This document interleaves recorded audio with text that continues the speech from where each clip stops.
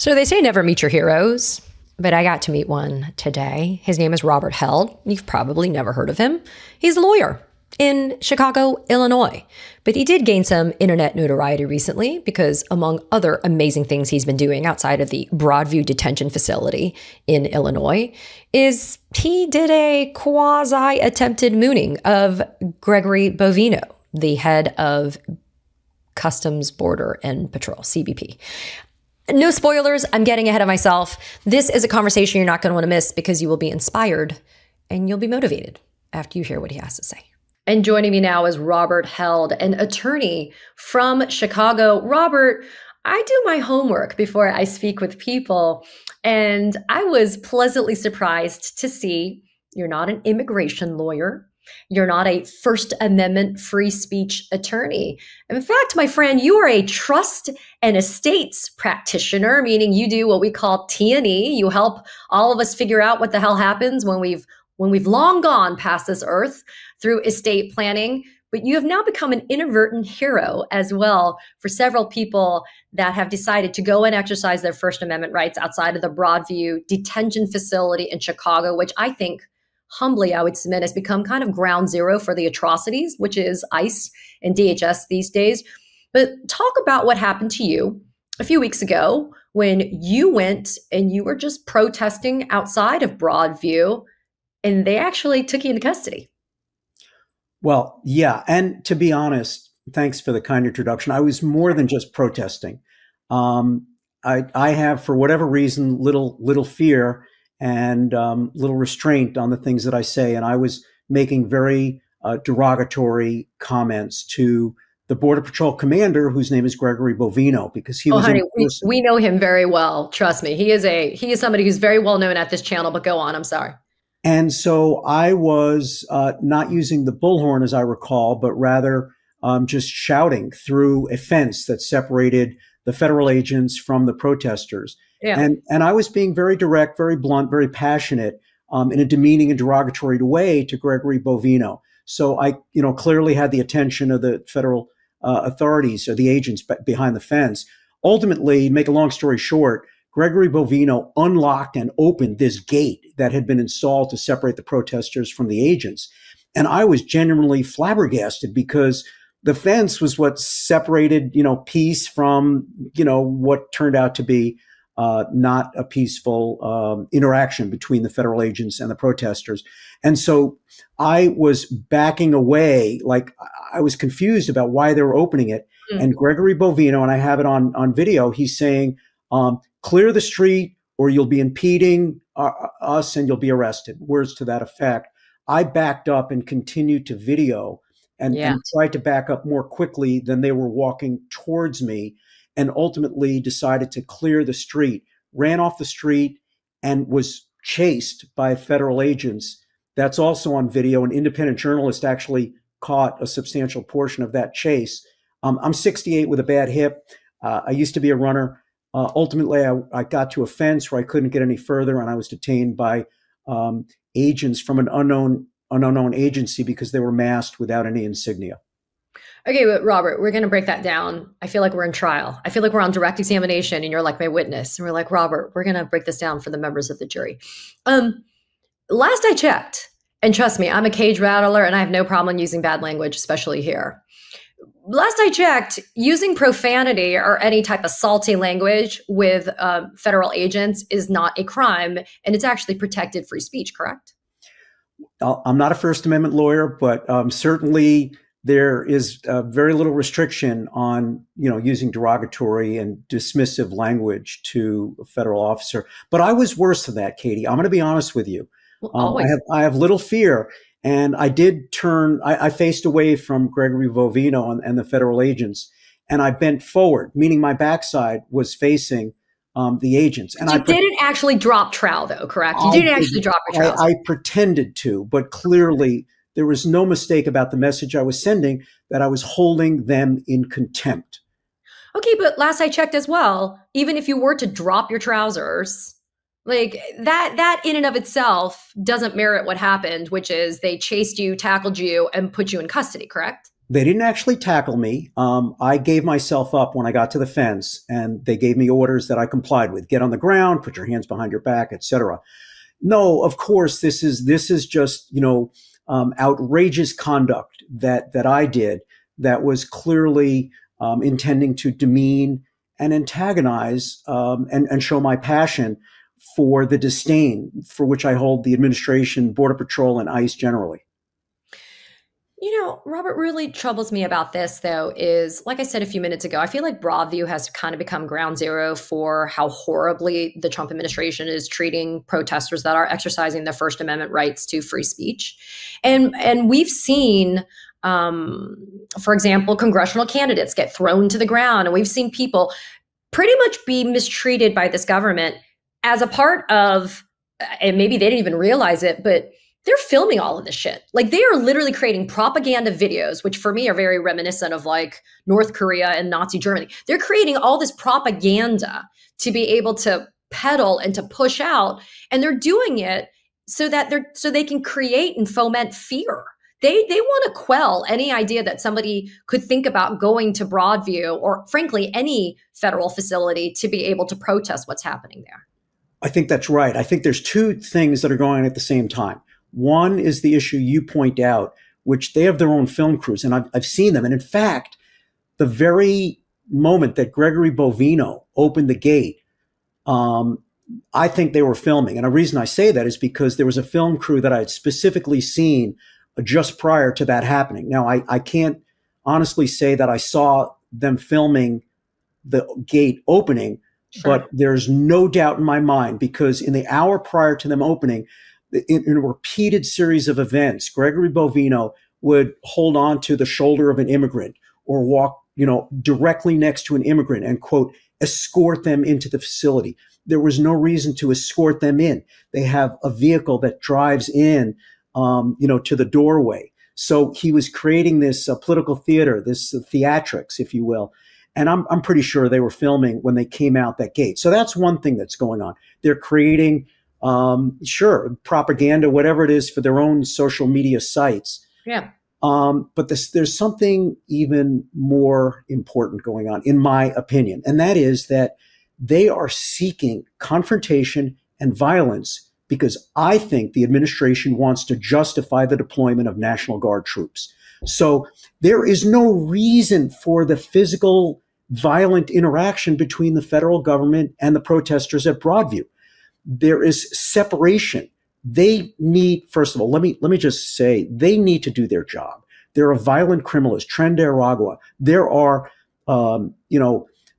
gang members that have committed horrific crimes, and the government should go after the worst of the worst. Yeah. Katie, that is not what's happening. They are creating this confrontation, interaction, and violence among peaceful demonstrators like myself. I've been shot at, and it's just horrific, I think, what they're doing. Well, and listen, you've been shot at, you were chased by them, you were taken into custody, and yet you still went back out there. So it hasn't worked to intimidate you. In fact, we have a little clip of video off of Instagram that somebody took of you recently where you did have a bullhorn and where you were doing, which I think is you were taking everybody to law school. So we're going to watch that for a second, and then I'll have some questions for you on the other side. Do not understand what state law you are invoking. Please be clear in your instructions. These peaceful protesters are exercising their First Amendment right. They do not understand your order. They do not understand your statements. You, state troopers, are an unlawful assembly right now because you're impinging on our First Amendment right to free expression. We do not understand your instructions. You have weapons. We do not have weapons. You are invoking, you appear to be threatening violence. We're not threatening violence. You are exacerbating the tension. We are lowering the tension. We don't understand what you're doing. We don't understand why you're doing it. We don't understand how to comply with your orders. You said to disperse. Where do you want us to go? Why can't we exercise our First Amendment rights? Where is the Commander Owen or State Trooper Owen? Where are you? You need to be clear. I mean, Robert, you could not have been clearer. And I know that you were doing that for the benefit of not only the law enforcement that's there, but you were also doing it for the people that were there as well. One of the things that I've done in South Florida is an immigration town hall to let people know what their rights are. How important is it for people that are showing up to these protests and these demonstrations and these marches for them to also understand what their rights are? I don't think people are going to understand the nuances of the First Amendment and the rights of police in exigent circumstances. I think it's pretty subtle stuff. And there's a mix of people out there. There's older people like myself and even much older people as well that are, absolutely have no intention to be involved in any confrontation. Sure. There are other people who are seeking confrontation, if not seeking confrontation, but they are willing to resist a forceful interaction. In that case, we were looking at state troopers. I was, shouting to state troopers with the bullhorn. But I'd like to give just a little bit of context because the mayor, you alluded to the restrictions going on, and that was Broadview, Illinois. The mayor had issued an executive order that limited protests from 9 a.m. to 6 p.m. Well, at the time of that video, it was not 6 p.m. It was roughly 5:45 p.m. Oh. So we had 15 more minutes. We had been in an area that was off the street, that was reserved for protesters. And without any explanation that I heard, the state troopers started to kettle us. And I was genuinely confused because many of the state troopers had, powerful weapons. They all had their sticks. There were a few that were in riot gear. And it was clear that this thing is escalating. And I'm looking at my watch and I'm thinking, why are they doing this? And Commander Owen, who is the leader there, had not been clear to what the expectations were. So I was talking to the state troopers. I was talking to the protesters too. But that whole thing was extemporaneous. I was genuinely confused. People think we were blocking the street. No, we were pushed into the street, and the street had been closed by the state police for hours and hours. We were not blocking traffic. Well, I think it's a practical reality, which is that trooper Commander Owens guy was probably told to do it and didn't really question it, right? I mean, that's kind of the terrifying thing that I think we're seeing that's unraveling here for all to see. There are orders that are coming down from high and people are just, quote, obeying orders. But we've seen that happen in history where people have literally justified their actions by saying, I was just doing my job or I was just doing orders. There are people that are conscientiously objecting to this, that are in these roles in law enforcement. But fundamentally, I think even they don't understand what's happening. And to your really well taken point, I have not seen protesters at Broadview or others instigate. Let me be clear. You did say there are people that are strong and brave that maybe don't mind, being involved in some type of physicality if that happens when it's initiated by the feds. But I haven't seen instances of protesters that are legitimate, that aren't like the agitators, right? But like that are there. They're not trying to provoke the federal agents. They're not trying to create a physical confrontation. They're just there to say what you're doing is wrong and you should be ashamed of what you're doing. That's right. So I've been to Broadview a lot, and at the Broadview, Illinois ICE facility, I have never seen a protester instigate violence. Exactly. Unless you consider people vocally expressing their passion as instigation, which, as you pointed out earlier, is a First Amendment protected expression. A couple of things, though, I think to point out. One is that the state police reached out to me at a high level, reached out to me after that video went viral. And they said there were some things going on. They couldn't give me the details, but things that I didn't know about and the protesters didn't know about, which helped motivate Commander Owen to do what he did. And my response to that is, understood. Then just be clear. All they had to do was say, we acknowledge it's not 6 p.m. We acknowledge your First Amendment right to protest. Because of an emergency, we need to clear the street. We need to clear the area. We're asking for your cooperation. We don't get that. So there is not the transparency that we need. And I forgot the other point that I was going to make. I mean, it's okay. I mean, my setup question, I guess, was a little bit long in fairness to you. I mean, Robert, what really bothers me is that a lot of the people, especially like the National Guardsmen and women, right, that get called up, like these are people from the community, right? They're literally facing off against fellow members of their community. But this is all, and you've called it political theater, but this is political theater that has very real impacts on humans. There are people that are being rounded up on the street. I mean, Robert, you're from Chicago. I covered extensively here at my channel when they were rappelling snipers off of Blackhawks onto the roof of that apartment building on the south side and busting down doors and dragging kids zip tied naked into the streets. I mean, there was a whole racial element to that as well, right? Let's be frank. But that's what they're doing. They're trying to create an environment of fear so that people get either immunized to seeing National Guardsmen and federal agents armed on the street, or that people just cow into submission. I mean, this is not the America that you and I grew up in. It's much worse than that.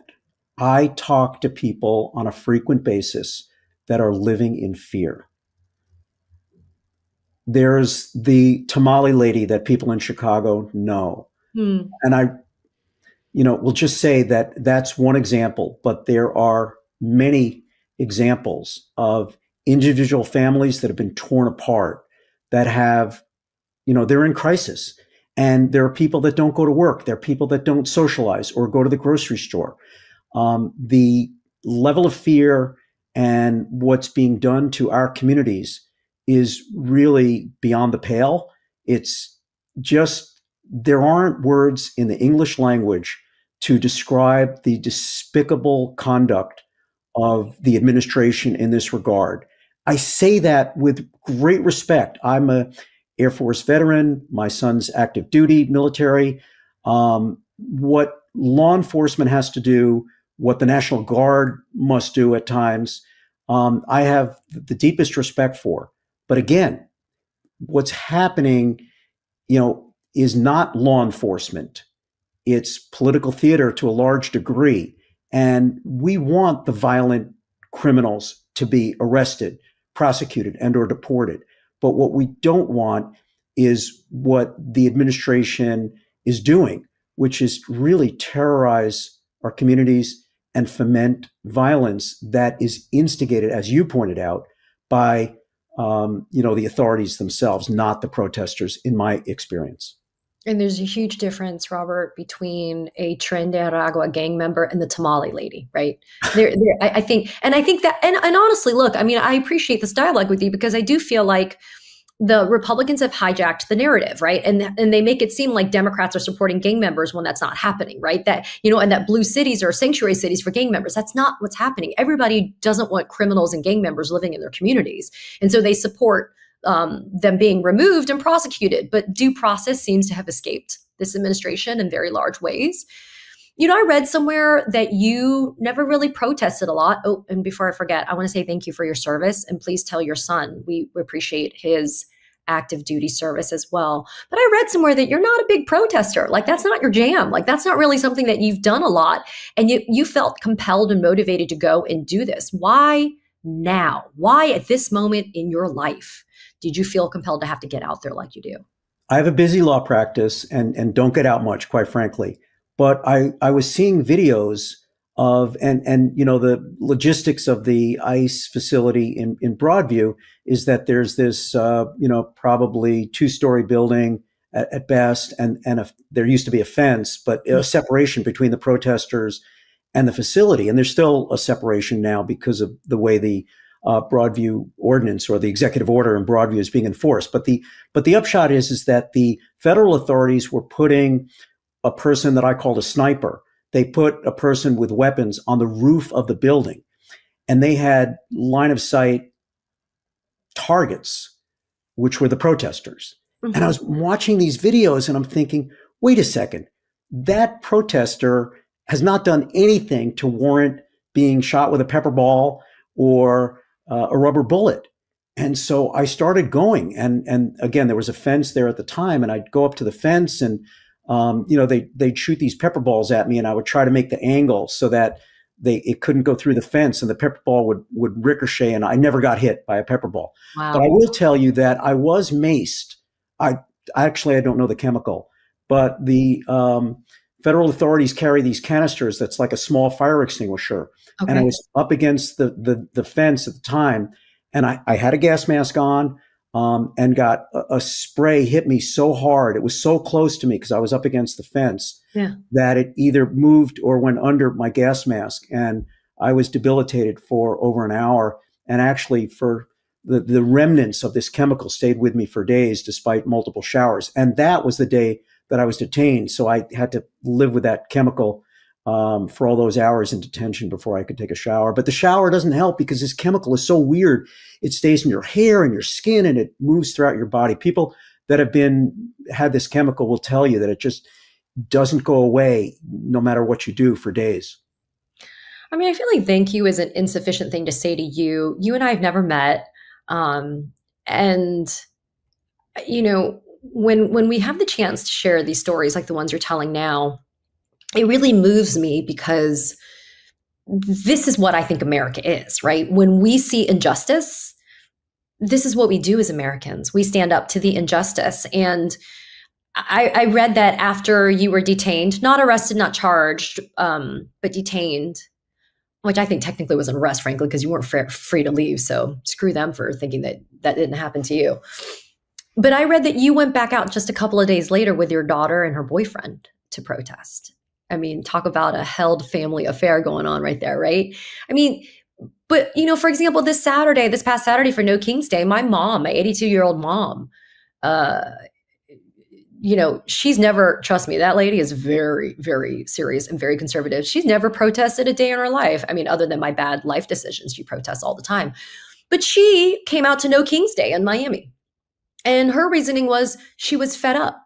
She was fed up with what has been happening to the country that she dreamt of to go to from Korea, right? Like for her, this was supposed to be the place of abundance and opportunity and freedom. So, you know, Robert, thank you. Thank you for taking time out of your busy practice. Thank you for using your skills and training as a lawyer to educate and to empower people, because that's what we should all be doing, I think, on an individual basis.